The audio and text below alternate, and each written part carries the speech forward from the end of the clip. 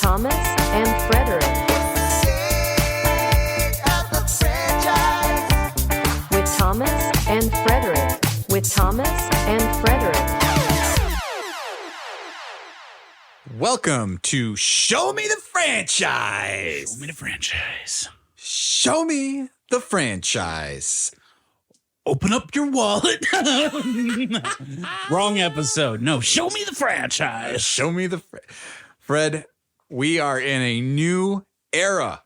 You guys have seen it on the promotions. New artwork, new titles, new everything. We have officially rebranded the show from State of the Franchise, which is no more RIP. We are now Show Me the Franchise. But don't be afraid. Don't be scared. It's all going to be the same show. It's going to be all your favorite stuff. We're going to have, what are some awesome State of the Franchise things that are going to carry over to Show Me the Franchise? Power rankings? Yep. History? History? Yep. Coulda. Woulda. Shoulda. Yep. It's all your favorites are still going to be here. It's just a new name that makes more sense. Yes. So don't adjust that dial. You are on the right show, ladies and gentlemen.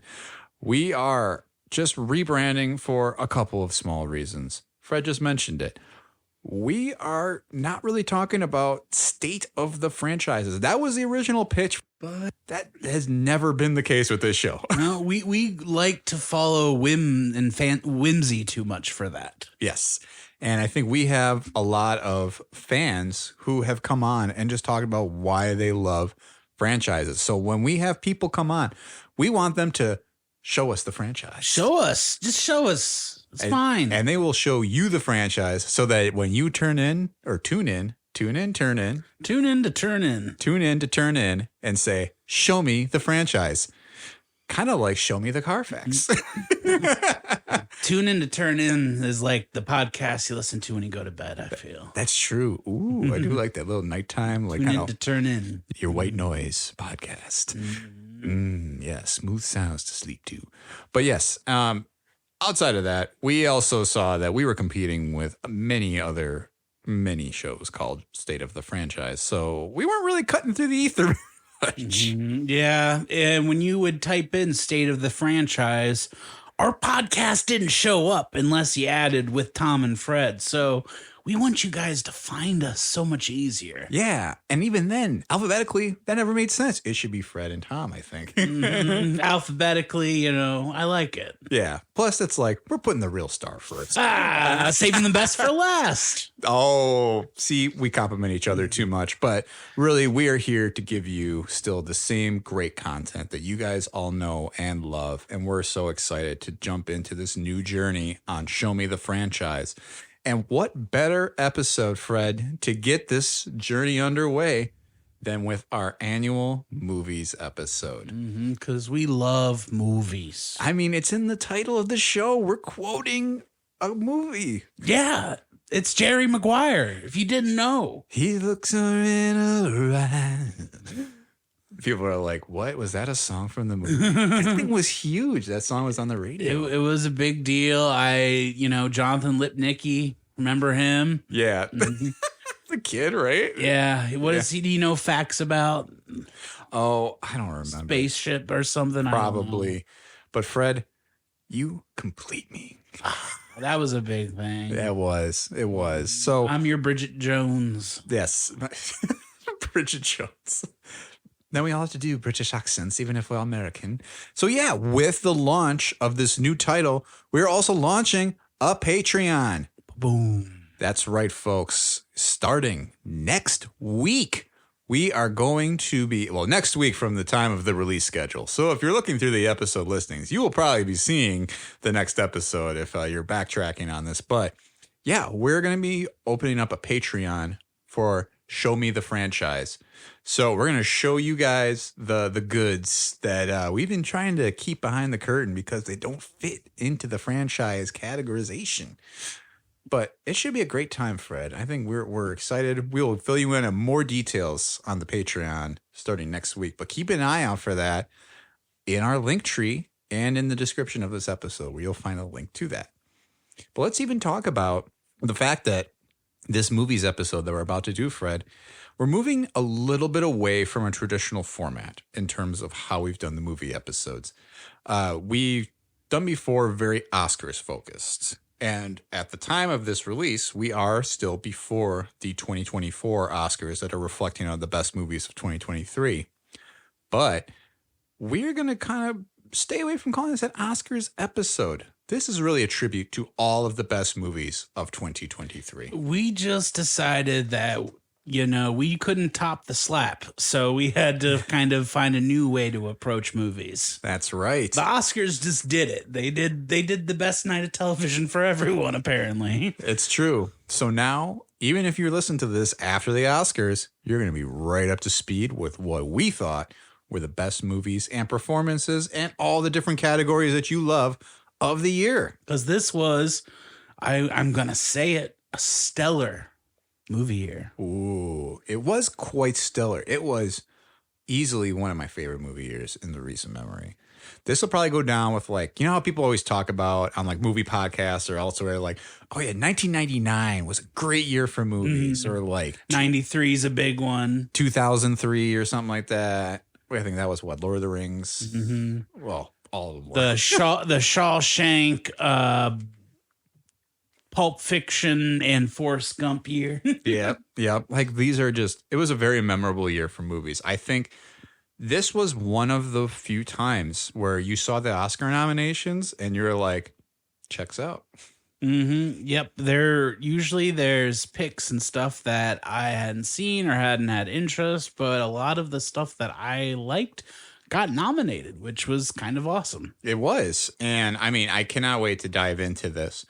But before we dive into the movies of this year, Fred, I was curious if there were any movies from last year that you didn't get a chance to talk about because you didn't see them until after our episode that you wanted to highlight here.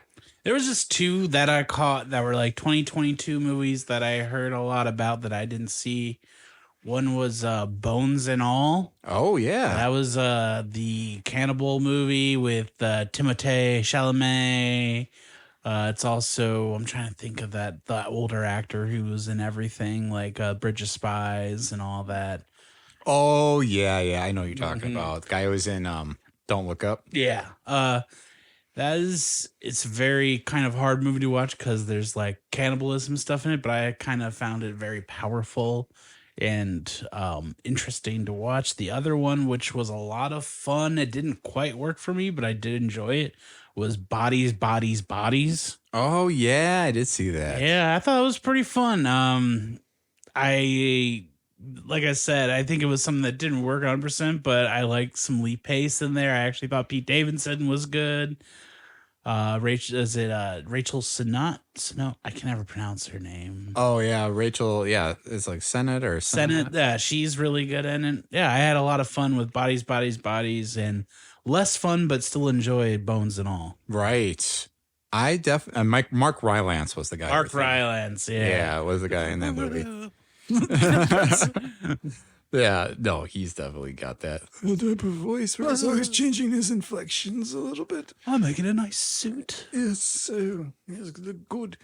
But yeah, so those are very interesting movies. Well, I certainly saw Bodies, Bodies, Bodies, but not the others. So would be curious to check those out.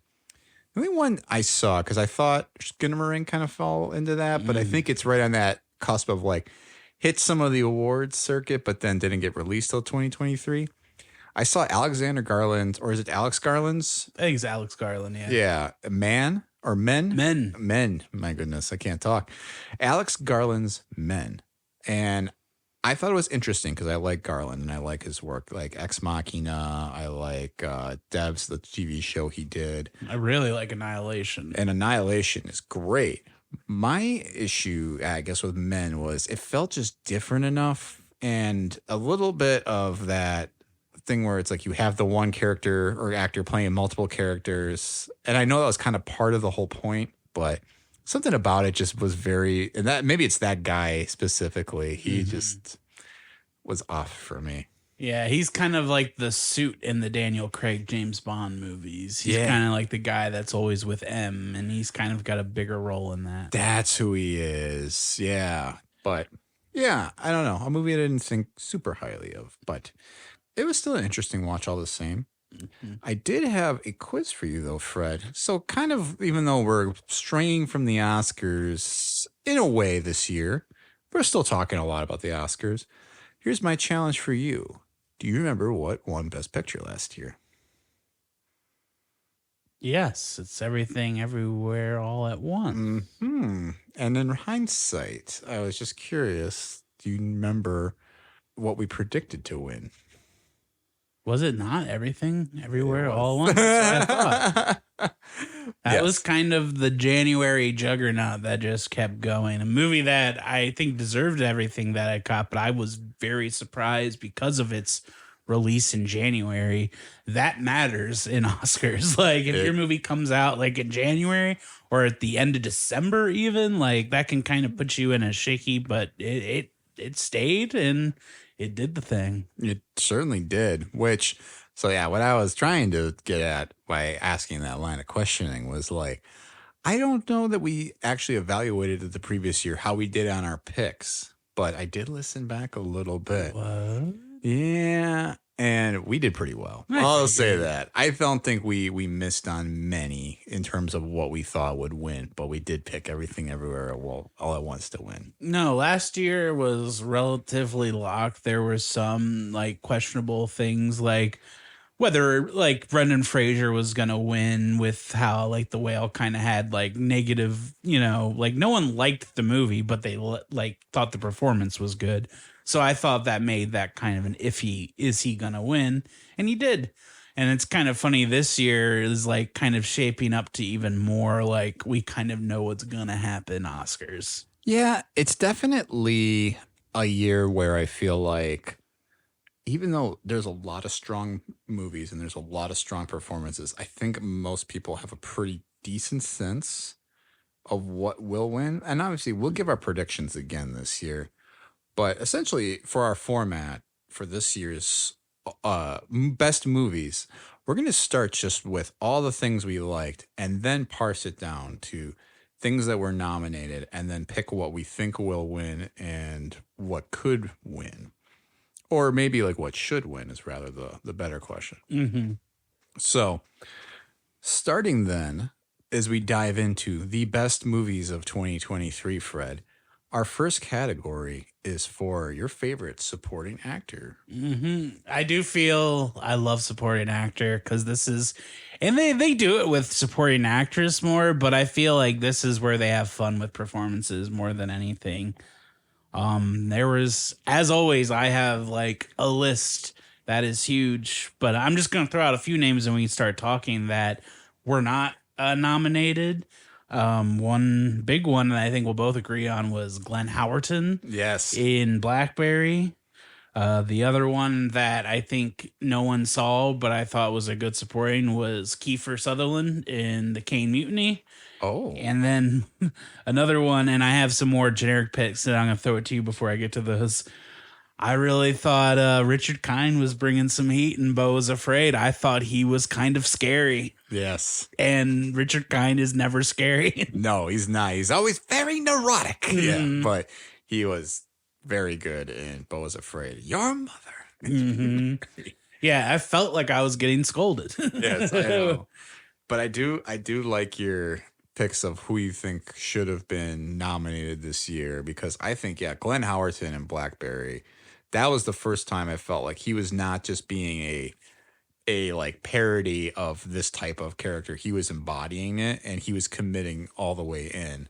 And it never felt like it was still funny, but it was never like he's like, haha, you're in on the joke with me. It's like, no, this is just who this guy is. And you take him at face value. Yeah, he's weaponizing all the Dennis stuff and just putting it into a fully formed character. And it was great to see. I was kind of bummed Blackberry didn't get any love that it deserved. But I mean, probably because they're, it's a movie about a product and there's been a bunch of those. Yeah. I think that was the biggest thing. And also him just being the It's Always Sunny guy. Maybe people didn't take it seriously, but Blackberry was big. I loved it. I know. It was great. I mean, it was a first outing for the director, Matt Johnson, too, in terms of a feature-length film, I'm pretty sure. And I thought he did great. So it's I should say it's maybe like his breakthrough directing, and he also acted in it too. So that was He's kinda, very good in the movie too. yeah, he was. He played that character very well. But yeah, I think hopefully something that we do see more of out of both of those guys going forward. Did you have any thoughts then on some of the nominated roles that you liked? I would say that I think they definitely pick good ones. I know if we're talking supporting, the big thing is going to be RDJ. I did think that performance was great, but it's also kind of the nomination / win where, like, me picking Black Mirror to be on my list, it's kind of like, it's just good to have Robert Downey Jr. acting in movies and not be Iron Man. Like, I think there's a lot of that going for that role, but it is like a very good performance. It wasn't nominated, but I had to add in, and my man doesn't need any more medals, but I think Robert De Niro in Killers of the Flower Moon is really good. Yes. And it's kind of hard because, you know, like, De Niro, when he's always De Niro, I thought this was actually like, oh, this is something new and very scary. Yeah. I thought he was very good in that. I mean, Robert Downey Jr., just seeing him do like anything that feels like an original role, you're always like, oh, why did he spend so long doing Marvel? But that was how he even got back here, right? 'Cause I think a lot of people were ready to bury him after all of his drug issues, and other than Shane Black calling him in for some really good juicy roles that he knew he was capable of. But yeah, I mean, he's somebody who hit the straight and narrow, and it's like, yeah, him doing stuff like this proves like, oh, he's probably one of the best actors of our generation, right? Yeah. Or Who are some guys you liked off of the list? So I think, well, I guess I realized I didn't even add some of the ones I thought were my favorites of the year overall. I mean, I liked Benny Safdie in Oppenheimer Yes. as well. So speaking about that, but I don't know why he worked for me, but it was just fun. I don't know. I thought he was such a good foil to Cillian Murphy. Yeah, he's doing like a bigger character with an accent, but also I'm seeing that, like, I'm a smart bro who knows things. And like that's the thing that it like does kind of like wear thin with me with Benny Safdie, but he's putting it in that performance like he does in his performance in The Curse. And like this guy is like kind of a cocky asshole, but it's a great performance. I did the Oppenheimer rewatch last night. Oh, Yes. and I'm excited to hear your overall thoughts on the movie when we get to the best movie of the year, best picture category. And then I also wanted to call out in the movie Anatomy of a Fall is the son. Yes. It was played by, I think his name is Milo Machado Granye, and a great first kind of like breakthrough role for him, because I thought he was doing so much work there, and it was just, I don't know, he was really selling it to the nines and carrying so much of the emotional weight of that movie. Is he actually blind? I think, I haven't looked it up yet, but I want to say he is somewhat blind, if he's not completely blind. Okay. Just because the character's blind in the movie, and I just wasn't sure if that was like a performance thing or if he was actually blind. Yeah, I think, just looking it up here, not actually blind. Okay. So that just adds another layer. Like, I think performing, like being blind, if you're not blind, that's hard. Yeah.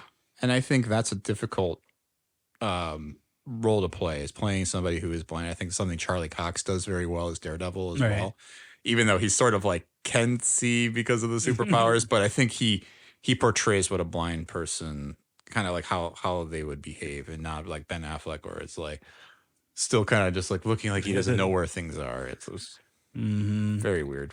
Yeah, I think that is a good performance. Like him in the, courtroom scenes are pretty intense. Yeah, it's pretty great. I would say then for the nominated supporting roles, then I really liked, Downey, obviously. I mean, we could talk forever about De Niro. I'm going to call out Mark Ruffalo, though, in Poor Things, because it's borderline a hammy performance, but God, it's like the great ham you get from a deli, Yeah.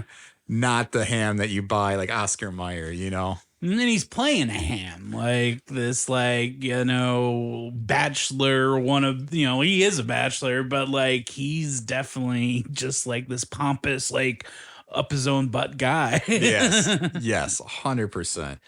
And it's just, I don't know. It was a performance I loved. I was so surprised because it was also kind of asking him to do things different than what he had been doing as the Hulk, right? It's like, it's funny that we're talking about two guys who are very prominent members of like this previous like Avengers like arc and all this, but here they are doing these very like challenging roles of like where they're kind of like conniving like men, and you sort of realize, oh yeah, they're not just like the charming smart dudes like, oh, I can do it all. They're sort of like, actually no, you can play very good assholes. I mean, hard not to talk about Ryan Gosling though too. Definitely. I think there's some issues with the nomination structure in all of Barbie. The fact that he was given that, but I think that the Oscars just need to adapt the Golden Globe thing. I don't like that they combine comedy and musical, but I think they need to separate comedy from the drama just because it's not comedic roles rarely get nominated. right. So I think I would love it if there was a comedy thing, and that would just open up for more awards. That's why it worked out nice with the Golden Globes with Best Actress, because Emma Stone got comedic and Lily Gladstone got dramatic. Everyone got something. Right. In drama, it's a little harder because now you're like comparing, comedic performances, dramatic performances. Right. It's like trying to compare a steak dinner versus like sushi. It's like, it's not the same type of thing that you're trying to do. It's a totally different craft, totally different way of making food. So it's like, why would you do the same thing? I totally agree with you there. I think I would love it, but I don't love the Golden Globes. But the category structure is fascinating. So who do you think should win? We'll say that first. I think it can and should be RDJ. I would have liked, because Charles Melton didn't get the Oscar nom, did he? He just got the Globe and the SAG. Yeah, I'm pretty sure. And I think the Independent Spirit, maybe. So, yeah, if we're going to go, I might as well list all the nominees. Why? There's really no reason not to. I mean, it's, again, we're still talking about all the best, our favorites of the year, but I think we can still kind of lean into the fact that there is an Oscars episode. The actors in a supporting role are Sterling K. Brown, Robert De Niro, Robert Downey Jr., Ryan Gosling, Mark Ruffalo. Okay. Yeah, I really think I would have put Charles Melton in there. I thought he was fabulous in May December, a movie I didn't love, but his scene on the roof with his son, I think, is one of the best like dramatic scenes in a movie this year. And I think that was kind of a snub, but who I think will win, I think it's going to be RDJ, and I'm fine with that. Just don't thank Mel Gibson in your Oscar speech. Yeah, that would be not good. Did you thank him in like a Golden Globe? He did in one of them, which, like, I get kind of, because he is the guy that did support him and like take care of him when he was in his drug stuff. But like, bro, like, Mel's got some mental issues. You shouldn't be, praising him. Like, yeah, even if he did help you at that time, which I'm sure he did. There's a weird industry, I think, thing where people are really wanting to stick with Mel Gibson. And I think the public is kind of telling them, like, we don't want more of this guy. Yeah, you literally made a John Wick show that no one wanted to watch because Mel Gibson was on it. Right. Yeah, it's just silly. Yeah, I think I agree, though, in terms of, like, who's going to win. It's probably going to be Robert Downey Jr., and I think deservedly. It's going to be a career win, and it's a role that deserves it, so why not? Yeah, for sure. I think if for should win, I think I might edge Ruffalo, because I really liked that performance. I don't know. I thought it was just, every time he was on screen, he had something different to bring, and he was just, especially when he's just crying outside the window, I was cracking up. So I'm like, this is so over the top, but it's exactly what the movie is asking him to do, and I felt like he was just bringing it. But I will not be upset when Robert Downey Jr. comes Definitely. Home. It'll be fun. Yeah. Let's go on to supporting actress. What were some roles you liked overall? We can bounce back and forth before we get even to the nominations. Unless there were nominated roles that you were like, this was the one. This one is, I think, this person's going to win and deserves to win, and they're my pick, is Joy Divine Randolph in The Holdovers.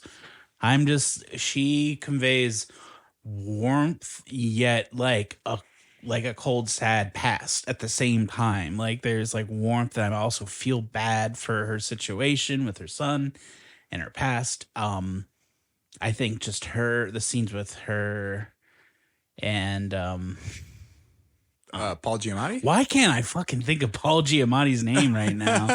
The scenes of her and Paul Giamatti where they're just like sharing scotch in the basement of the school, you know. Yeah. I just love those scenes. So that's who I want to win and who will probably win. I'll throw out some other names. I thought Julianne Moore in May December was another great performance. I don't know her name, but I thought the mom in Killers of the Flower Moon was another kind of smaller, good performance. She's the one who passes on kind of in the seventh film who sees the owl. Oh, And has the vision. Right. She was also in Echo for a bit. I was gonna say, and I was trying to remember if she even showed up in Reservation Dogs too. She did not. I don't think. No, you might be right. Yeah, I don't know if she made it in there, but yeah, she was great in Echo for sure. And also, yeah, and she's very good in Killers of the Flower Moon. Her name is Tantu Cardinal. That is it. I could not think of it. The last two I'll throw out. Tracy Ellis Ross in American Fiction. That's doing a lot with a little screen time, and she looms in the story, I think, a bit. Like maybe towards the end, you kind of forget a little about her, but I think her in that movie is big. The last one I have is Patti LuPone in Beau is Afraid.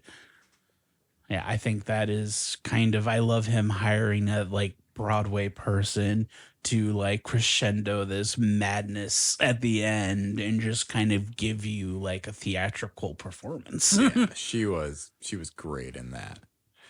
I like everything you said about Divine Joy Randolph because I think I think she hits it. She's one of my favorites of the year, deserves to win, and probably will win. And I think it's a slam dunk. She's like the most slam dunk of the performances. I think you're right. Yeah, for sure. Because I think the only other performances I noted here, and I did like Julianne Moore in May December. Thought she was pretty good. They need more hot dogs. They did. Just a little smidge more. I did like America Ferrera in Barbie. I thought, even though I know that was a big campaign push, but I think it kind of balances out the Gosling supporting actor role where you do at least have one of the women who really made that movie. And she's the heart of that movie, I think. You know, as much as, like Margot Robbie obviously is Barbie herself, it doesn't work if you don't have America. It's just for that one speech. I think I do love that, like, in a movie like this where you have like an exciting world, you want to have that character that is relatable and kind of your conduit as the person experiencing Harry Potter. Yeah. That's an example. I feel like I love how like we get like the little girl and she's kind of a shit like in the beginning. Yeah. And you're like, oh, is this our conduit? And then it's like, no, really, it's the mom who we're following. It was just kind of nice as like, people's in our 30s. Like they didn't have it as like a teenager or a kid, Right. like they know the audience is like, it's for, kids, but it's more like our age. Yeah, no, for sure. And I think she did such a good job of being like, I am the millennial woman who very much embodies like all the little girls who are probably watching this now, growing up and like have kids. And it's like, oh yeah, I had Barbies. Here's my feelings on it. And it's just like, I don't know. It was a good performance. The one that didn't get nominated that I really liked too was Tilda Swinton in The Killer. Yes. And she plays one of the assassins that takes out tries to take out Michael Fassbender's fiance or girlfriend. And just the whole scene where they're sitting down and she's at like her favorite restaurant. And her like flight of whiskey. Yeah. And it's just, I love the whole conversation where she knows like this is the last meal I'm ever going to have, last drinks I'm ever going to have. Because I'm not making it out of here. I mean, The Killer overall, I think, got overlooked like so much. So many Netflix things. It's there and gone the next day, Mm-hmm. And I just thought, I was like, man, what a magnetic performance, though, she had on screen. And it just like, again, probably doing the same thing of like Tracy Ellis Ross, who was another role. I was almost too sad it was so small because I would have loved to see more of her in that movie. Sure. But you had to have that character's arc end where it did. But it's yeah, I thought it was another one where I'm like, man, I think we got just enough of her in that, and I really enjoyed it. All right, so I know we both kind of agreed already on Divine Joy Randolph, but just to list the nominees for actress in a supporting role, we had Emily Blunt in Oppenheimer, Danielle Brooks in The Color Purple. She was very good. I didn't get to talk about her at all, but I thought she did a fantastic job. She's someone I would keep an eye on. America Ferrera in Barbie, as we talked about. Jodie Foster in Naiad, which I watched it like after True Detective this time, and that was like, that's when you really appreciate a performance when you're comparing them. And then Divine Joy Randolph in The Holdovers. I don't know. It was. Did you like any of those other ones that we didn't? I have yet to see Naiad or The Color Purple. Color Purple, I'm excited for because I like musicals, and that's on HBO Max now, right? I think so. It was enjoyable. I had never seen the original, so I was like, oh, what a story! But I do want to watch the original now too after that because that's the Spielberg version. Yeah, whoopee. Yeah. So let's go on to lead actor. So let's start again. What were some of the performances by a lead actor that you enjoyed the most? So again, like mine are pretty pitched to the Oscars. Other than, I mean, the guy always brings it, but I thought Joaquin Phoenix. I mean, he did a lot of acting in there, so I have him on there. I would be very happy if Paul Giamatti wins. I don't think he's going to. I do truly think Cillian Murphy was like the performance because it's just like a classic Hollywood thing of this is a movie about one person and this story, and you have to be able to put all that on your shoulders. And you know, he's a little slight guy. He puts all that on his shoulders. And I kind of like the mania in his face at times, like when he's playing this character. And then I have just Jeffrey Wright, and I do have Leo on here for Killers of the Flower Moon, a role that I don't want to give an award because it's kind of like, you know, a character who makes horrible decisions, but I think it's more about the producing side that I want to give him an award for looking at the story, hearing from the ancestors of the character, and being like, we're not going to do a movie about like the founding of the FBI. We're going to do a movie about this person and this relationship, and we're going to, you know, rewrite the whole thing. Yes. I think him being instrumental in that approach and then willing to kind of play this despicable character who I do feel for at times because he's such an idiot and like is being taken advantage of, but in no ways is innocent. And I think that's a hard role to play. Like, again, like, I don't know if like that's the performance I want to give an Oscar to because it is. And maybe that's not a thing. That's not a way you should approach it. You know, like if people are playing a, you know, despicable person really well, like, that should be just as adequate to win an award, but still I'd feel a little weird about it. But I don't know. Those are the ones that stuck with me. Again, I would say Jeffrey Wright in American Fiction. He's always solid, but I'd never really seen him lead a film like that before, and he does. He leads it. No, he does. I was surprised to see him pop up in Rusk too, or Rustin. I'm sorry, not Rust. Rusk is a street that's nearby. Rustin is the name of the movie, which we'll be talking about shortly. Or actually, no, with this category, because we do have Coleman Domingo, who was nominated for lead actor. But yeah, Jeffrey Wright, I think leading a movie like American Fiction, that was also one of my favorite performances too. I thought he was great. I think he does something so, I don't know. It feels like he's kind of got like the exact type of like character down that he was playing, of like, he's a very like well-spoken, sort of seems like kind of like a high society guy.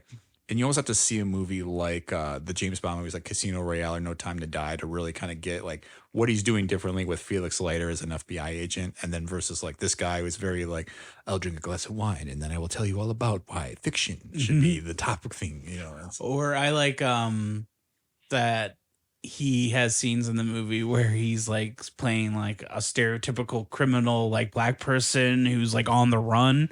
And those scenes are really played with great humor, but also is kind of funny because like growing up, I seen Jeffrey Wright in so many like 90s like action movies when he was still coming up, like Shaft, where he's playing that kind of stereotypical role. So it was great to see him kind of like go into that for like comedic purposes. Yeah.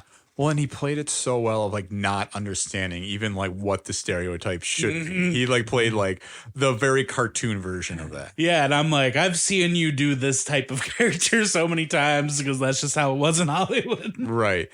But you mentioned Paul Giamatti too. And obviously these are both nominated roles. We'll talk about the nominees when we give our predictions here. But I mean, I thought this was one of his best performances.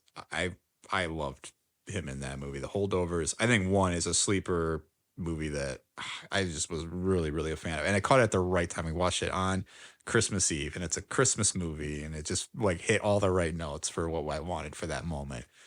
But I talked about The Killer before. I did throw Michael Fassbender. I kind of just I like Fassbender a lot.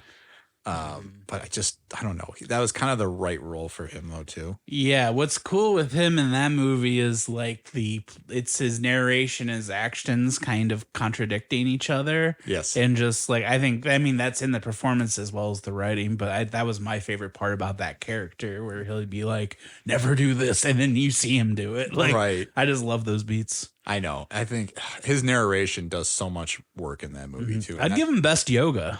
Oh yeah, without a doubt. That bend in the beginning, I always try to like recreate that in the morning. I can never get as close. It just takes a lot of practice. I did play Hitman, and I was in like a room with the sniper, and I like pulled up my phone Spotify and started playing the Smiths. Oh, God, the music.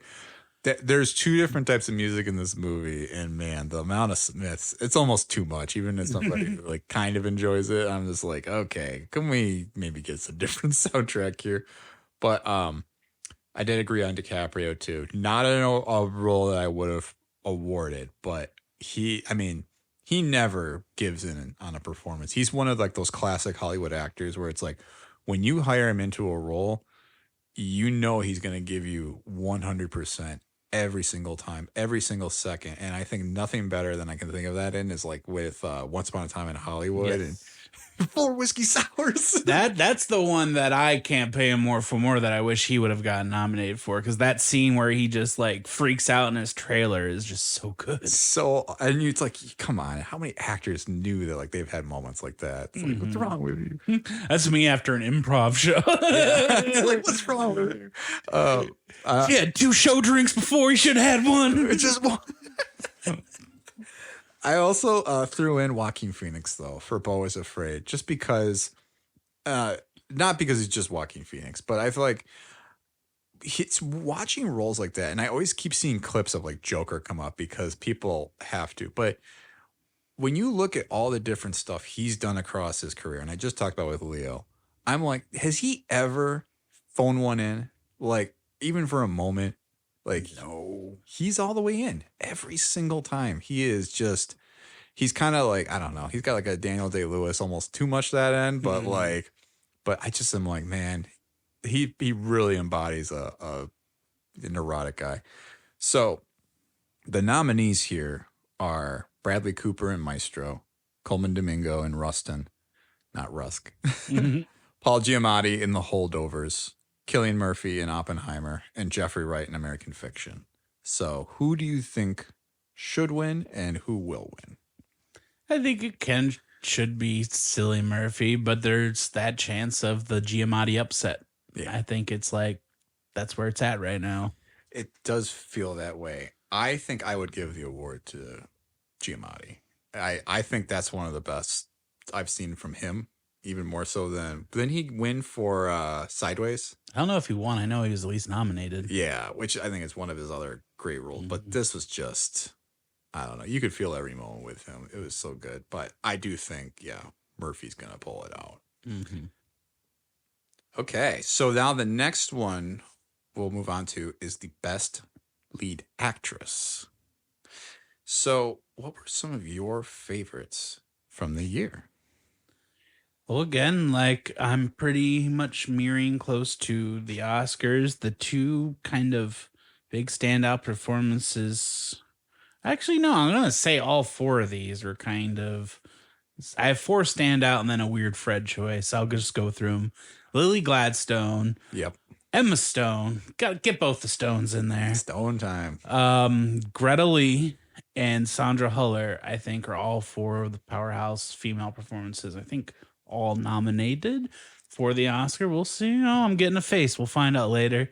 And then I'm gonna throw out my Fred choice, which is Sophie Wilde and "Talk to Me." Ooh, that was the lead. Yes, Nice. I think she's really great. She has to do like weird, like demonic performance stuff, and she also has big dramatic scenes, and she's also kind of funny in the movie. She does a lot. I love that pick. That was, I mean, I can't remember if I'm going to talk about this movie later or not, but if we don't talk about Talk to Me, It's gonna come up again. well, it'll come up again. But yeah, she was great. I thought that was another one of like, that's an actress I could see. You know, they're in a movie, like a horror movie now, and like a lot of people are like, oh, that's interesting. And then it's going to be like years later and they're going to be doing something bigger. And you're like, can you believe they were in this horror movie? It's kind of like Anya Taylor-Joy, right? Like you're like, oh, could you believe she was in The Witch like before? And it's like, yeah, that's how these people get found. That's how Fred and I, we peg people early on. We're like, gonna remember this fucking deep voice dude from The Witch. Yeah, but I like it on the rewatchables. They call that getting season tickets on someone. Oh, Such a like that. rewatchables thing to say. But honestly, I kind of love it. That's a great bit. I always say that's when I buy my stock. That's when I bought my stock. Yeah, exactly. Which, yeah, for sure was like an Anya Taylor-Joy. But yeah, Sophie Wilde, I could definitely see that. I'll throw in from the lead actress performances, Sandra Huller. Did you say her? I said her. Oh, okay. I'm sorry. And honestly, like if you ask for what, I mean, if Huller's own initiatives, I'm going to say either. Yeah. For different reasons. I do think she was doing the better work in Anatomy of a Fall because that was a three-dimensional role up and down the board, speaking multiple languages and just having to present so many different emotions and fronts. But yeah, her performance in Zone of Interest was also very frightening and very good. Greta Lee, I also did have as one of my favorite performances, as well as Margot Robbie. I don't know that's her best role, but I was like, but kind of speaking as like America Ferrera was the heart of that movie. I mean, Margot Robbie, I think she has to be the bloodline, and she was. And it's like, that movie doesn't work if she's not good. Yeah, and I honestly think her Harley Quinn work is very indebted to her Barbie role. I think those characters have similar vibes. And I'm not discounting the performance. I'm saying like that was kind of practice because there is this aloofness and not aware of what everyone else's norm is to that performance. And it's more when she goes to the real world. But I was just like, I see a lot of like that work you put in on Harley Quinn's paying off for like this other performance. Yeah, it's actually true though. I mean, you can really see, I think she gets how to play. I don't know. And maybe it's something to her credit that it's almost like she's almost more of a character actor than I think like your traditional, like, I don't know. She's closer to Meryl Streep. I'm not saying she's Meryl Streep, but she's closer to Meryl Streep than she is to like, I don't even know who you would. Sigourney Weaver? Maybe. That's maybe the right way to put it. Somebody who's done different roles, but maybe not to various degrees of success. So the nominees, and this is why I wanted to maybe hold my tongue a little bit on the Greta Lee stuff. She was not nominated. The nominees for actress in a lead role were Annette Bening for Naiad, Lily Gladstone for Killers of the Flower Moon, Sandra Huller for Anatomy of a Fall, Carey Mulligan for Maestro, and Emma Stone for Poor Things. I would have tossed I like Carey Mulligan a lot. I think she was very good in Maestro. That's not her best performance I've seen. No, it's also a performance we've seen before. This kind of thing. She does have like there's that moment where she's very sick and she has like the coughing and it stops and she kind of like it's like the person's talking and she kind of has to do that like no, go ahead, keep talking. I think we've all been in that position with like people who are sick and they're trying to keep it normal, and then they're kind of affected. You know, like Right. that scene, like I get that, but yeah, you know, I mean, I think for Greta Lee is really the person we should be talking about there, because it's like there is a lot for somebody who it's like you've seen in stuff before. And I know we'll talk about this by the nature of how I recorded for these couple episodes coming up for our podcast.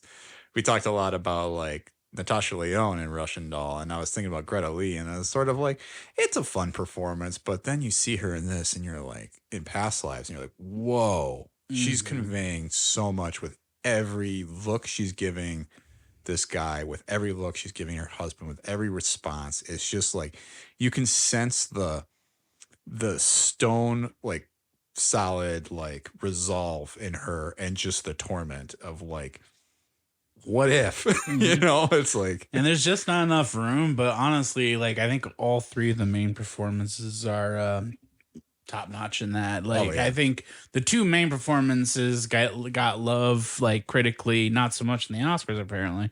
I think it's Joe Magaro as the husband is like silently doing really good work in that movie, because it's like kind of a lot of those scenes are all on his face.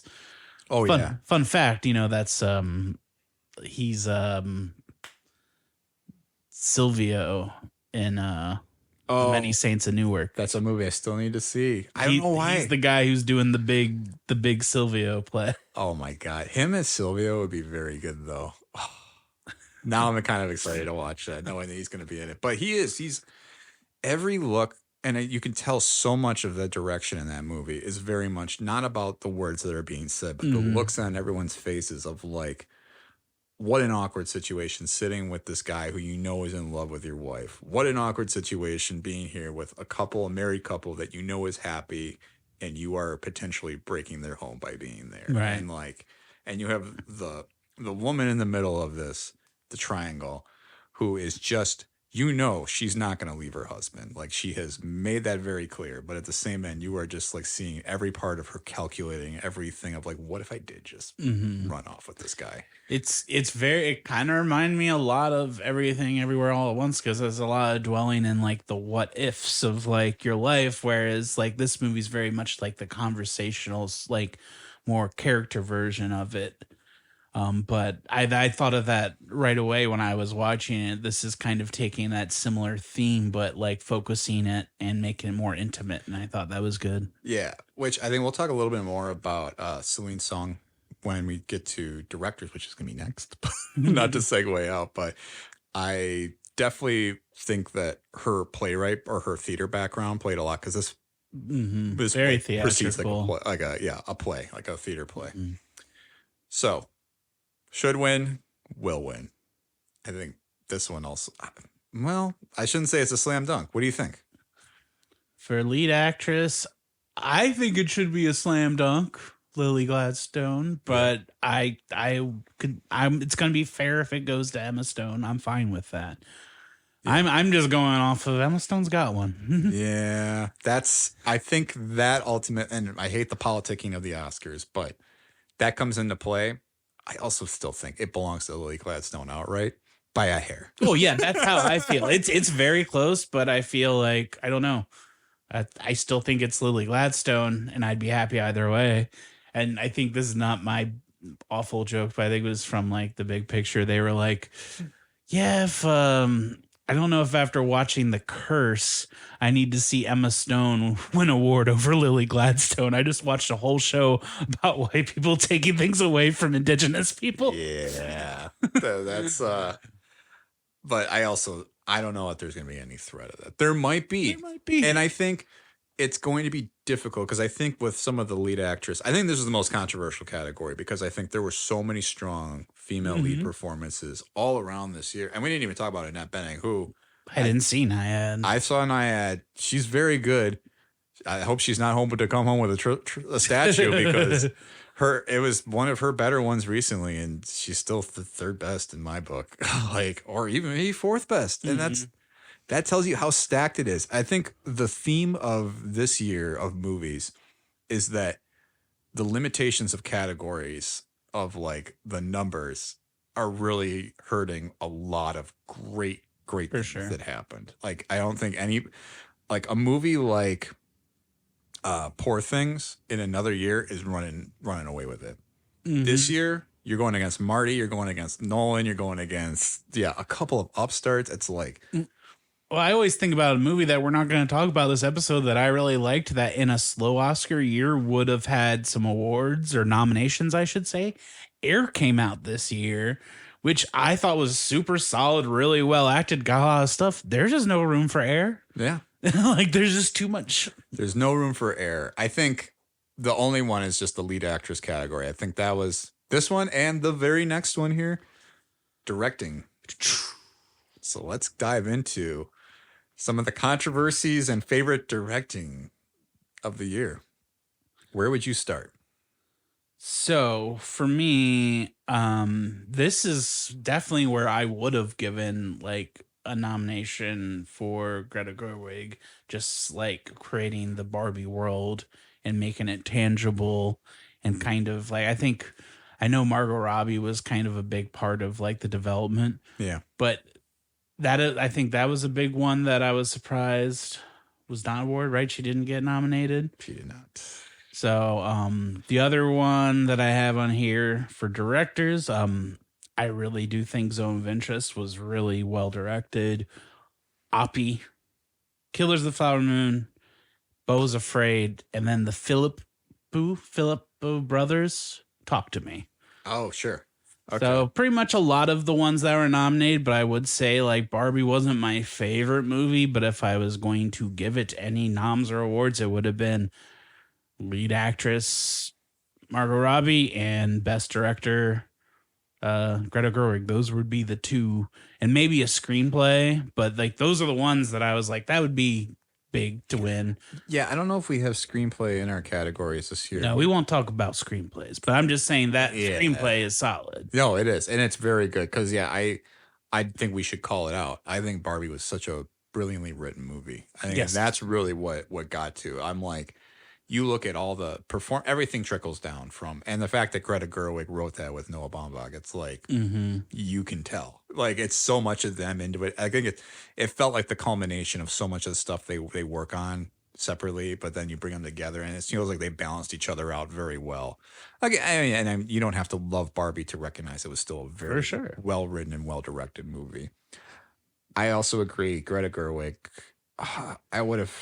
I'm not upset the way that everybody else is that she didn't get best director, but it also sort of feels like I have a tough time. It's like, where do you make room? Because it's hard to talk about without knowing the hit them with us. So let's just talk about the nominees. I can talk about a little more of my favorite directors too, but it was Justine Triet for Anatomy of a Fall, Killers of the Flower Moon, which is Martin Scorsese, Christopher Nolan for Oppenheimer, Yorgos Lanthimos for Poor Things, Jonathan Glazer for Zone of Interest. There's not a lot of room. I'm not going to show my hand too much. I'm not kicking Justine Triet out for Anatomy of a Fall. It's like, if that's if you have a problem with that one, I don't think you've seen the movie. Like, is my thing, because we were just talking, I think, a day or two ago about film schools and like film like classes and like learning about film, and I'm like, everything I've learned about film, I'm like, I saw so much of the technique that I love in a movie like that. So it's one of my favorites of the year. Yorgos Lanthimos, still, Poor Things is such a crazily looking movie, and you need somebody to be able to pull that together. Christopher Nolan, it's like the man has been doing great work for 2 decades now. I'm just like, this is, biopic, this is that. Let's just give him the medals, and then we can kind of dispense with Nolan as stuff for a while, I feel like, in the award sphere. Sure. It's like, and just let him chase all these weird projects like Tenet. Yeah. The only other 2 that I was going to mention this time is not Alex Garland. It's Alexander Payne for Holdovers. I really love the look of Holdovers. The aesthetic, like the 70s vibe. Oh, just beautiful. It looks like a Fleet Foxes song. What? Have you ever listened to Fleet Foxes? No. Oh, listen to a Fleet Foxes song and you'll be like, this sounds like the Holdovers. Okay, if you say so. I will definitely have to give it a listen. And then Celine's song for Past Lives, I thought, again, very theatrical. I mean, I hope maybe she does a stage adaptation because I think it'd be great. Probably will get a Tony for that. But For sure. I thought, what a great first outing for somebody to give. And I love kind of like getting season tickets, right? That's the idea. Yeah. I'm excited for her, as she said, a James L. Brooks inspired project that she's doing next. Oh, that's cool. Because I think you look at the Oscars and the people who do breakthrough, like a Jordan Peele or Greta Gerwig when she first did like Lady Bird, like that's when you kind of get pigeonholed. Mm-hmm. So, who of the nominees then would you think should win, and who will win?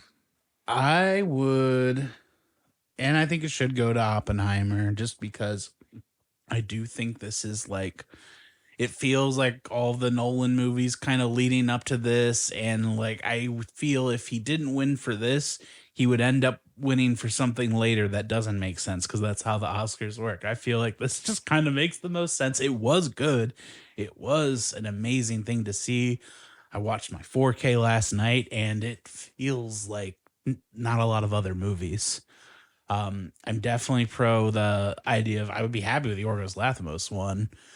I do feel like the small upset that could happen is I could see Zone of Interest coming in and either taking a directing or a best picture nod because it has kind of picked up a lot of speed recently. And it's because it's a movie about the Holocaust, but also kind of very much about politics today. And like, I feel I see very much of the kind of the Israel-Palestine thing going on right now. A lot of atrocities going on while people are kind of like keeping their heads down. Yep. Was a theme that like I saw in Zone of Interest, which is about a different atrocity, and just kind of seeing a parallel of a period piece and seeing it so resonant today. Just that was kind of I'm not gonna say magical, but put the hair on the back of my neck because it just is like we're in a it's like a cyclical process of history, you know. History repeats itself, as they say. I mean, yeah, we're not here to get political and all that, but I think you just have to look around in a lot of the usual suspects in countries. There's a lot of that stuff festering up in the same places that had to get snuffed out almost 80 years ago. It's like, maybe we just need to watch it. Yeah, I think there's a lot with this movie, as much as I do think it's great, and I will get into it in a little bit too, a little bit deeper, but maybe this is the time to litigate it too and talk about, there is a reason I think they are putting a focus on this movie. I think a lot of people have recognized this is a movie people should be seeing to kind of see the parallels. Exactly as you're saying. So I do agree with that. And I mean, and on top of that, I do think it is a very beautifully shot movie. Mm-hmm. It's very much like Under the Skin, like kind of that similar vibe. I rewatched that recently. And Jonathan Glazer, like it's so weird. His first movie is kind of like this like crime thing, but it definitely has those weirder vibes to it. Yeah.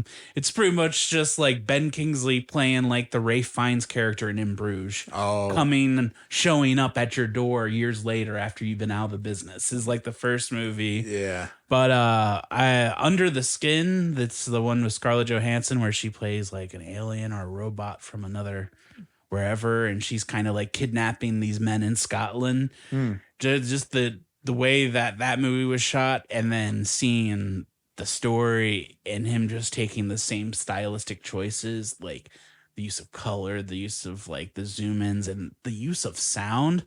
As much as like I would have been intense to be in a movie theater with this movie, I think the audio and the sound design in this movie is haunting and really well done. Yeah. I mean, listen, the one reason I wouldn't give him the directing nod, I think some of the stuff was a little over the top.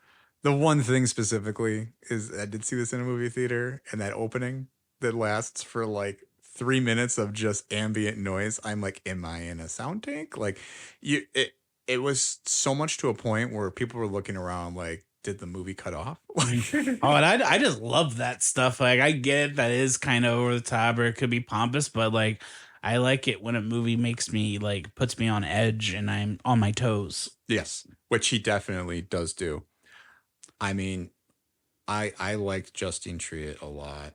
I really liked Anatomy of a Fall. Like I said, I'm showing my cards already, but I was a huge fan of that movie. I think so much of what I loved about film growing up and things that I love to see in film is seeing something like that is so reliant on like it's like almost like you have unreliable narrators that you're not even sure are unreliable. You just don't know, and you live so much in the gray, kind of like in Anatomy or in Zone of Interest, where you are kind of stuck in the moment of trying to like what am I feeling? What am I seeing?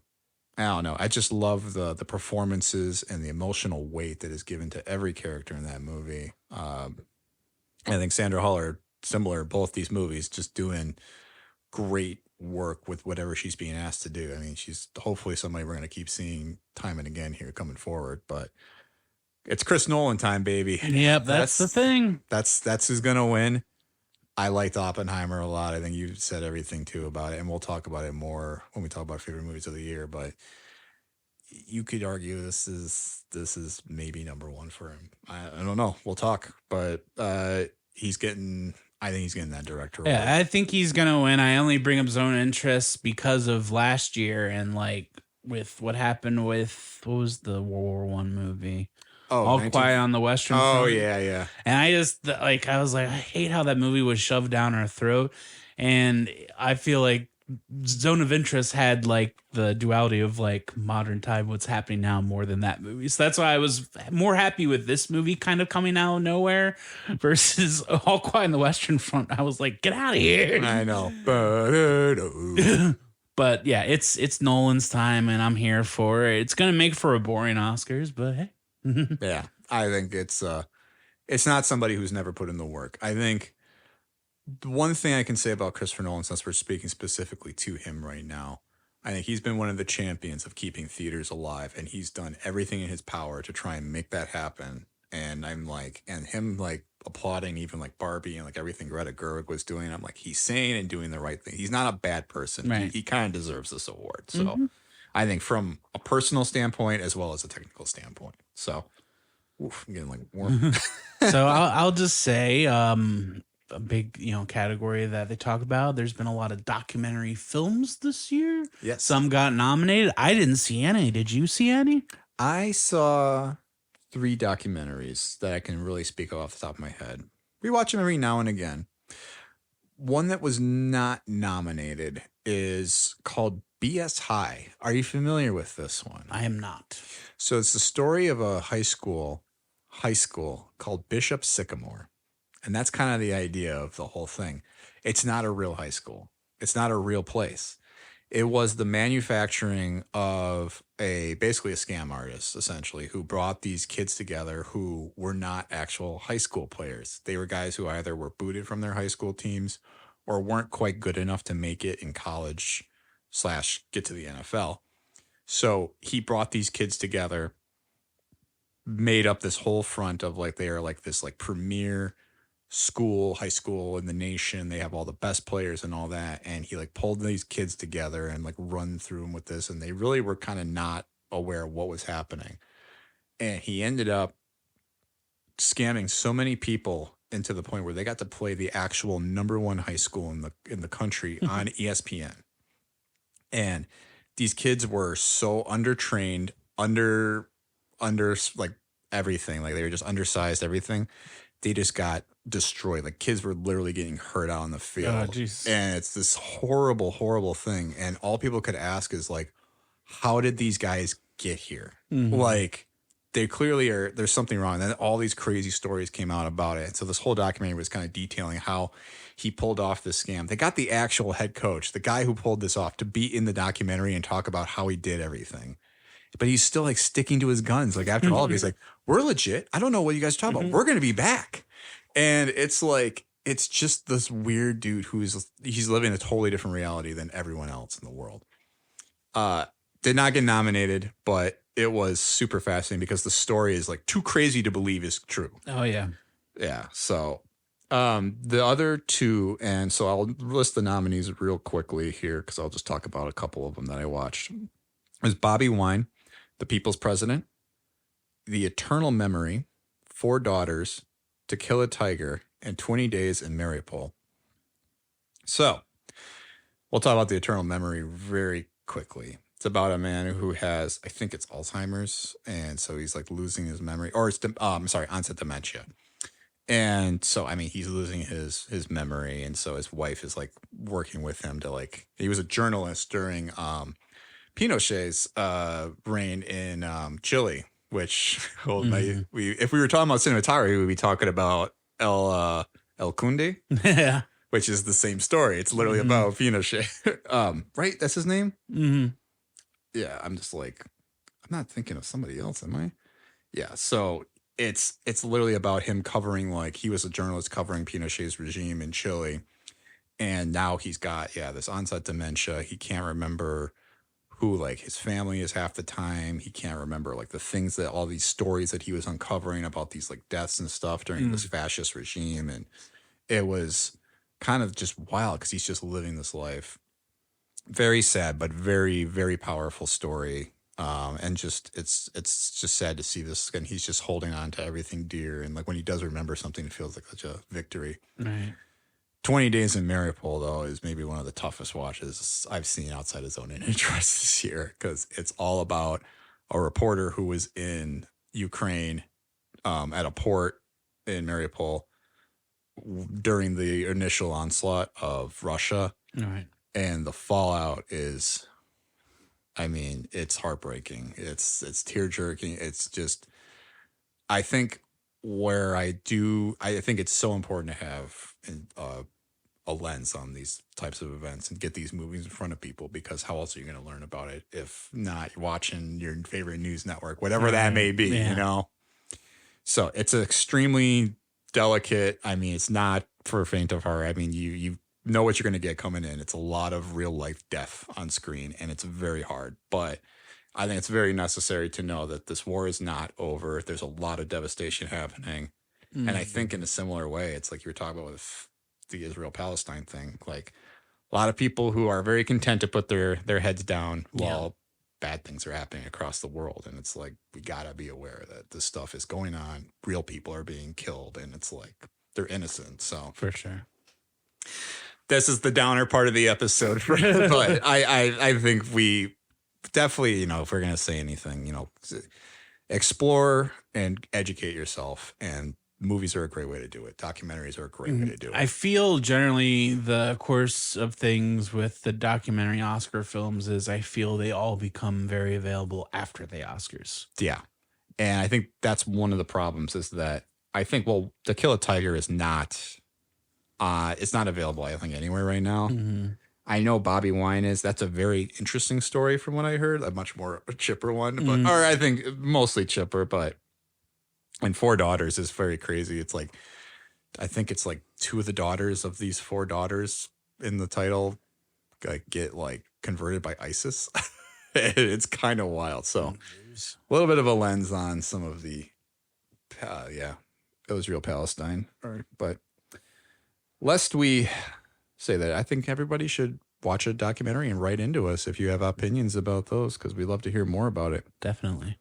Let's move on to animation. Can you hit us with the noms first off for this one? Sure. Happy to do so. So the best animated movies this year are The Boy and the Heron, Miyazaki, Elemental, which is Pixar, Nimona, which was like a Netflix joint of sorts, Robot Dreams, I'm not sure who did that. Pablo Berger is the first, or Cormanzana. And then we have Spider-Man Across the Spider-Verse. So, what were your thoughts on that? I've been doing a lot of talking. No, it's all good. I have seen 2 of these films. Okay, which ones? I saw The Boy and the Heron. Or Why You Like This. No, it's not, that's not it, but like the real title is something like that. And I saw Spider-Man Across the Spider-Verse. I would say Boy and the Heron is probably my top 3 of the Miyazaki's, but not my necessarily favorite. It's one that I'm excited to revisit because it it is not a very linear story. I mean, it does go from like A to B, but like it's very abstract.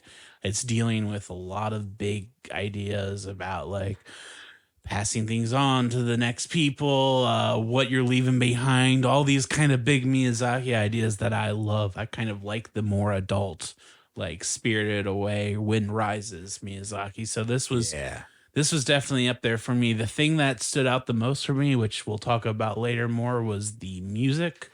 I think this is one of the best scores of the year. It's so good. I really, really did enjoy. I mean, I enjoyed everything about The Boy and the Heron. I do want to watch it again in subtitles. Yeah. So, did you see any other animated movies this year? Spider-Man, we saw together. We did. Yeah, we saw Across the Spider-Verse. Remember that was at the Avalon, and the sound was a little junky. I love the Avalon. We love the Avalon. We do love the Avalon. I am frustrated with. I saw that in theaters twice, and both times I was told they had fixed the sound mixing issue. Thought the second time, yes, but I still had such a hard time understanding Spider-Punk, and it really made me sad. I think it's hard because I like the ideas more in The Boy and the Heron, but I think animation wise, and I think my brain always wants to just think about the literal animation when I hear of animation award, even though I feel that's not it. It's kind of like overall, I still think I liked the first Spider-Man. I loved the second one, and I feel that's weird. Most people are kind of the opposite. But I just liked the clash of the paint and color styles. I feel that was much more noticeable in the second one. Yeah. And I just felt like it was stretched, bigger emotions, more time on people than the first one. The first one felt very much like an animated Spider-Man movie, and I love that. This felt like it was going in for something more cathartic. The opening scene about the origin of Spider-Gwen? Yeah. Yeah, her opening origin story about her Peter Parker is very gut-wrenching and done really well. And just the watercolor effect of her stuff. I love the relationship with her and Shea Wiggum, just because I love Shea Wiggum. And I was very happy. Like, I'm not one of these people, like, if I know it's part one of part two, I'm never going to be like, no, I feel like it's half a movie. I'm like, no, I went in knowing that there's going to be a conclusion. So that didn't bother me, the kind of cliffhanging ending. Yeah. I don't know. I have a tough time with that sometimes. And it's weird because I think of like Dune 1. No one gives Dune crap for this, and Dune does this exactly. But I do think the same criticisms were there. People are like, I feel like I'm going to get a better sense for whether that was a great movie or a really good movie based on the second part, which, having not seen Dune 2 yet at this time, I understand makes it seem like it's a great movie now. To me, I just think it's like now I don't see it as Dune 1 Part 2. I'm being very good because you haven't seen it. I felt it. Okay, so Dune 1 feels like a chapter 1 and Dune 2 feels like a chapter 2. They both don't feel like clean, cohesive movies, and the two of them together don't. But I still don't care. I had a good time, and there were arcs. Like, stuff happened, Yeah, which we'll save our Dune for next year when we do our next movie episode. Mm-hmm. But I think, there is definitely... This was not the strongest year for animated films overall. You caught some more of them. Like, you saw Elemental. You saw Pneumonia. Yeah, Pneumonia. You caught Pneumonia this year. Yeah. You caught that one? So I'll agree with you, though, because I think of the nominees, the two clear strong ones are Boy and the Heron and Across the Spider-Verse. I had some similar criticisms of Across the Spider-Verse where it's like, I felt like it was almost too much of a cliffhanger. I kind of want a movie to end or at least be a little more self-contained, but it didn't bother me to the point where I'm like, oh, I didn't like this movie. It was still great. But I think Boy and the Heron kind of edges that for me because it is a complete story. Right. We're done. And I do love everything about it, the music, the animation. I mean, Miyazaki still got it. Mm-hmm. I liked Elemental. It wasn't better than those two, but I liked it. I think it gets a lot more crap than it deserves. Nimona, I think it's an interesting story. It didn't hit everything for me, I think, the way I wanted, but it was some cool story elements. It's based on a graphic novel, so I think that's maybe worth pursuing for more people too. The one I wanted to call out. I don't know if you did see this or not. Teenage Mutant Ninja Turtles, Mutant Mayhem. Oh yeah, that was good. Did not get nominated, and that's weird in a weak animated year. I thought the movie was pretty good. I thought the animation was outstanding. Yeah. So that's another thing with me where I'm like, if we're rating this on best animation in a movie, that should be on the list. If we're talking about story, I thought it was whatever. That's not even my favorite Teenage Mutant Ninja Turtles movie. It's not much of a Turtles movie in the second half. Yeah, that's kind of true. I would agree with that.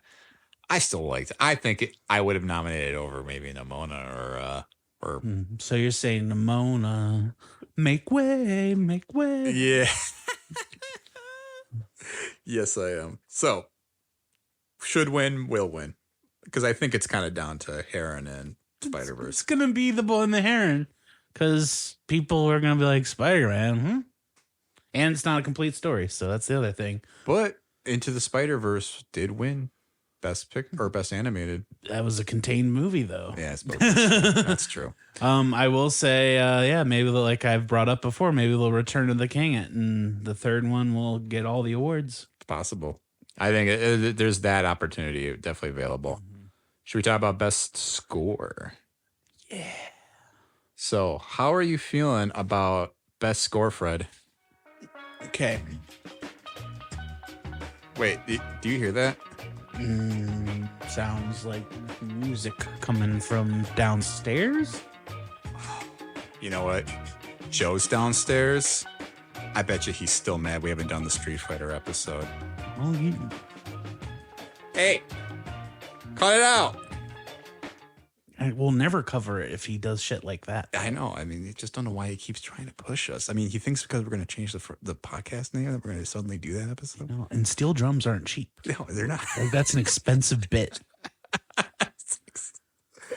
A movie that was not nominated for Best Original Score, Fred, but still, if anyone recognized that was from Anatomy of a Fall. And that song plays way too big of a role in that movie for what it is. But I think that's kind of why I loved it. Do you want me to give the nominees up top, or you just want to talk about your I favorites? would love the ones up top. Sorry, I could have done this from the top, but No, usually I liked it the other way, and except for some of these that I didn't remember. sure. Okay, so Best Original Score at the Oscars this year was American Fiction, which is by Laura Cartman, Indiana Jones and the Dial of Destiny, some guy named John Williams, I haven't heard of them. Killers of the Flower Moon, Robbie Robertson, Hell yeah. Oppenheimer, Ludwig Göransson, and Poor Things, which is Jerskin Fendrix. So, what were some of your favorite scores? And you can certainly go beyond the nominee category. Well, mine pretty much matched up, except I have Boy and the Heron. And what was the last one you said on the list? Poor Things. Oh, I have Poor Things. So Poor Things is a great score, but like you're not gonna catch me throwing that on because it's a lot of like, it's very effective. But I've been listening to since the Oscars were kind of announced. There's a Spotify playlist you can type in like 2023 Oscar scores, and you can kind of hear all the different music. When that shit comes on, it is unsettling. Yeah. But I like it. I really think the music in Killers of the Flower Moon is really good. Robbie Robertson, he is an indigenous musician. Like he does a lot of music about like his culture, things that have happened. He's like that's what he does. So the idea of bringing him in, and what I love about this movie, Killers of the Flower Moon, it kind of kicks in with this like, oh shit, we're in a Scorsese movie score that Robbie Robertson does, and it has like Leo getting off the train. It looks very shot cool, but then it kind of all that goes away and it gets into the movie. And I just love that trick where it's like, oh, this is kind of moving, and then it kind of pulls the rug, but then the music is really great throughout, just the different choices he does. It's funny, I also had the American Fiction score on here because I love some jazz. Do you have that the composer's name off? For American Fiction? Yes. Laura Cartman. So she is a great, if you like to listen to film scores, TV scores, check her out. She did the score for Ms. Marvel. Oh, wow. And the music of Ms. Marvel was kind of like my favorite part. I think and the performance too. I love her, but that music in there, I've been listening to her stuff a lot, and I love that jazzy score in there. I didn't really think as much about the score coming out of there, but man, when you think back on it and you listen to it again, you're like, this was pretty cool. I really appreciated American Fiction's score. I also fully agree with Killers of the Flower Moon. I thought that was awesome. I love just every scene felt like it filled in a little bit. Mm-hmm. I also wrote down Poor Things. That's not a soundtrack I'm gonna go seek out, but I thought it was perfect for the movie. Yeah, there's like that instrument where you like hold a stick and you like swirl it around and it makes like a Yeah. It sounds like the score was made with that, a theremin. Like, yeah, you have just theremin. like you've got like a fucking like Dick Van Dyke and Mary Poppins just with his little like music machine. Yeah, he's got on. exactly. Yeah. Like, I just love that it sounds like some weird theater shit. Yeah. Did you have any other scores that? You said Boy and the Heron was one you really liked. Boy and the Heron. I mean, I listened to, is it Hitachi?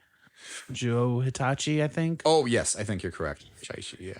For Boy and the Heron. Yeah, he has a lot of great albums where he'll like go to like the Philharmonic and they'll play his music from all his movies. I love the Kiki's Delivery Service score. He actually was in Chicago somewhat recently, and the tickets were like $500 to see him like perform with an orchestra. But the Boy and the Heron score is probably my most listened to score of this year. But I think it's good. I think Ludwig's coming home with that. Yeah. I love it.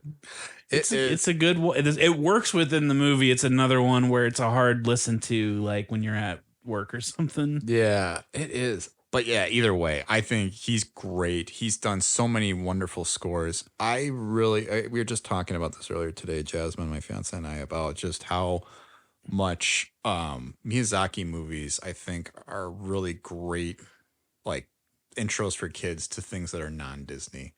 Disney movies are, I mean, obviously great. They're classics and everything. But I think if you want to give kids other animated movies that aren't just like American Tail, or we've been talking about Rankin Bass a lot last few episodes. But yeah, I wish I would have had Miyazaki worked in when I was young, but my parents didn't know. No, I didn't either. I asked my mom, I was like, do you know who Miyazaki is? Do you know what My Neighbor Totoro is? She's like, never heard of it. I'm like, so I'm very intent on like, I want my nephews to watch some of those. Oh, for sure. Probably my own kids someday, hopefully. Yeah, just like the younger, it's like, I feel like with kids, you almost don't want to show them anything new or else they're never going to like the old stuff. I know, right?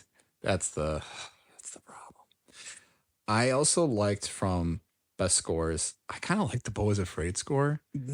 And I really love that whole scene. We talked about it in the Ari Aster episode of where Beau is kind of watching like that old version of his life with his family, and the music during that is just so beautiful. I was just like, man, this is like the perfect for this moment. It's kind of ethereal while also being very kind of storyteller type. And I just one of the few moments in that movie too where I really heard the score and was like, this is awesome. And I think we talked about Ari Aster. He does so much intention with his music that it's just always great to find. I am also going to throw in just one, The Killer, and not for all the Smith songs. I think I was okay with a lot of that. It's the Trent Reznor stuff in there with like the pacing and some of the scenes. I really enjoyed that. Yeah, I heard their score for Challengers is bomb. Oh, is that right? I'm excited for that. I am excited too. God, he's just another one of those guys, kind of like Danny Elfman or like, who else am I thinking of? Who is it Mark Metcalf? Who is Mothersbaugh? Who is from Devo? Became like a big composer for TV shows and stuff in later years. But yeah, I think Trent Reznor, I mean, you're like, this is the Nine Inch Nails guy. And you can tell when you know that's where he's from. But I would have given it to Poor Things. I think that's a beautiful, just an awesome score. It's going to be Göransson. It's going to be Oppenheimer. Yep. Yeah. Scoopy scoop. Yeah. So that maybe sets us up perfectly for the last category of the episode, Fred. Best movie of the year. What were your favorites from nominees and beyond. I'll just do like my top 3. Okay. So it moved in the end. Originally, I had Oppenheimer as number 1. And Killers of the Flower Moon, I've rewatched both at home, and I think that one just does more for me. I think because it being a story that not a lot of people were familiar with, I'm just like, this is something that more people need to see. Like, because people think of genocide as like something that happened way, way longer ago. It's like, no, it's still happening. And, it's kind of like the Tulsa story, which has worked into the film kind of really well, I think. It's these American stories that aren't talked about enough and should be a part of like every history class. Yeah. Like Killers of the Flower Moon, maybe not the whole thing, it's a long movie, but that's a movie that I think should be taught in schools, more than Oppenheimer. I think you're going to get more out of it than that, like as a student. Yeah.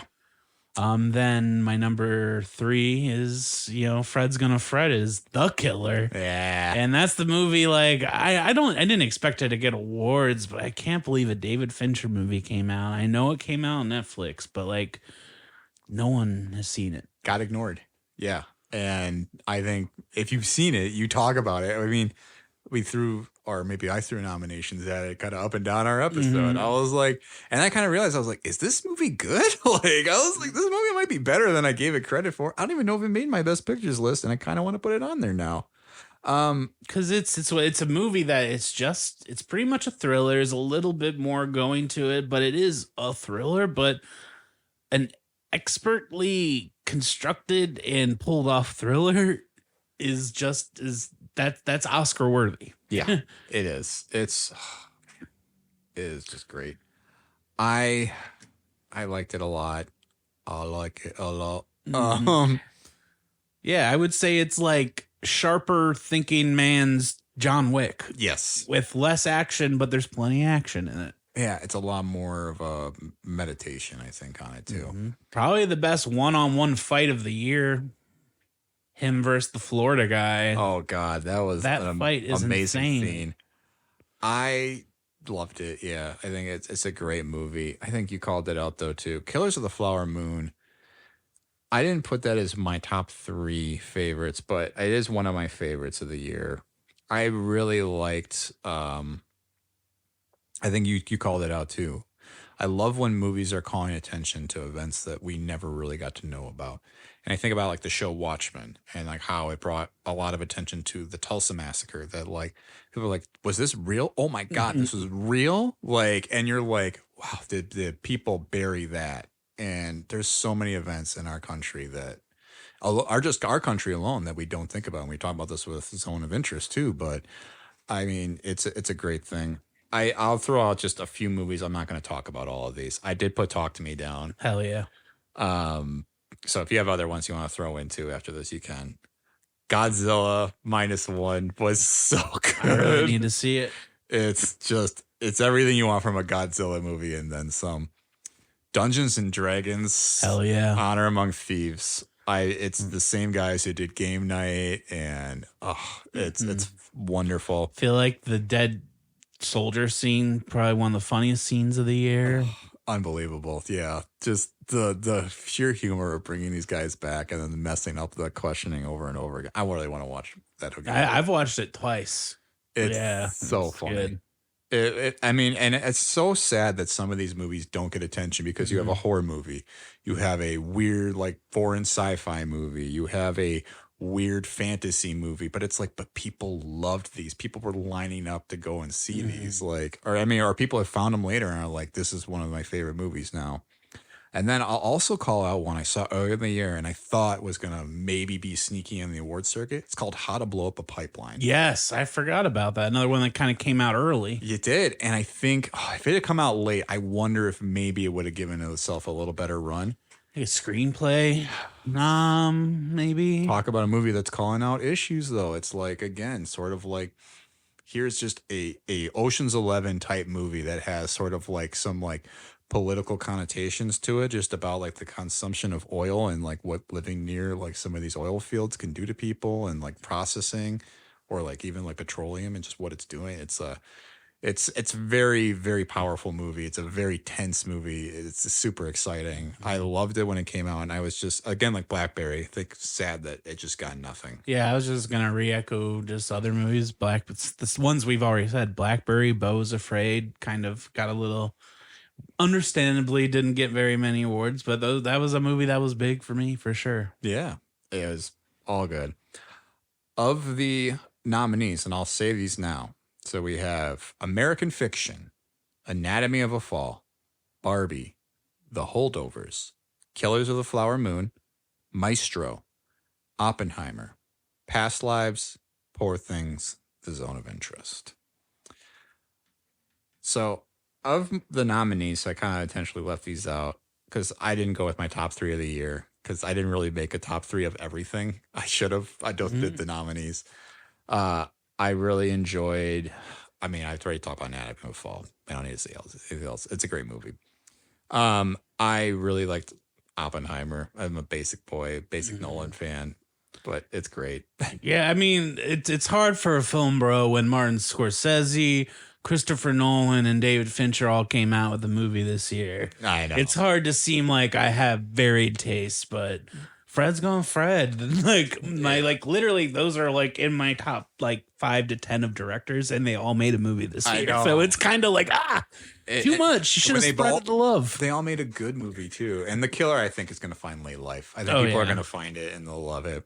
I can't wait to get a physical media copy of that. Yes, not a Netflix streaming thing that'll probably get buried somewhere. I originally put The Holdovers as one of my top 3. I still really like that movie. I think American Fiction jumped it, and I really liked American Fiction. I think I could see that too. The Holdovers does have the benefit. Like, that's a movie I'll watch, like, maybe not every year at Christmas, but like that'll be a movie at Christmas time. Like, oh, I'm going to throw on The Holdovers. Yeah, no, absolutely. And I think the Cord Jefferson, who directed American Fiction, is another guy. Buy season tickets now because I think yes, he'll be around. And see his interviews, because you can kind of tell Jeffrey Wright really like based his character off of him. Oh, is that right? Yeah, I like saw some just like he's very like the clean cut, nice outfit, very like, yes, I'm gonna tell you about. Like he's very much like that. That's so funny. I would say another one that I don't think deserves like a best picture, but deserved like people talking about it more, because I did nominate. I thought Kiefer Sutherland was really good in The Caine Mutiny, and I thought that was an excellent script. And I think it was originally a play, and you can tell that it's a play. It's a very play movie, but yeah, I thought it was just good to see Kiefer like in a movie doing something that's not like a Fox TV show, you know? Like, yeah, I think we did talk about it in the Freakin' episode that he was adapting that as from a play. So yeah, which isn't it funny? All of our podcast episodes are now starting to like bubble up to hear Ari Aster, William Friedkin. Well, I feel better. I forgot we did a Freakin' episode, so I know I probably gave some Kiefer love. Yeah, that was all back from the State of the Franchise days. Yeah. Though. Now we're into the Show Me the Franchise. Show me the franchise. So the big question then, Fred, what should win? What will win? Well, I'd like to examine all the probabilities if I could, but there's so many here, and I'd like to say that Oppenheimer would probably win, but I was watching that. I was doing that to Ashley all last night. Like, if I go to the kitchen, I get a beer, I'm probably going to drink it. That is the probability.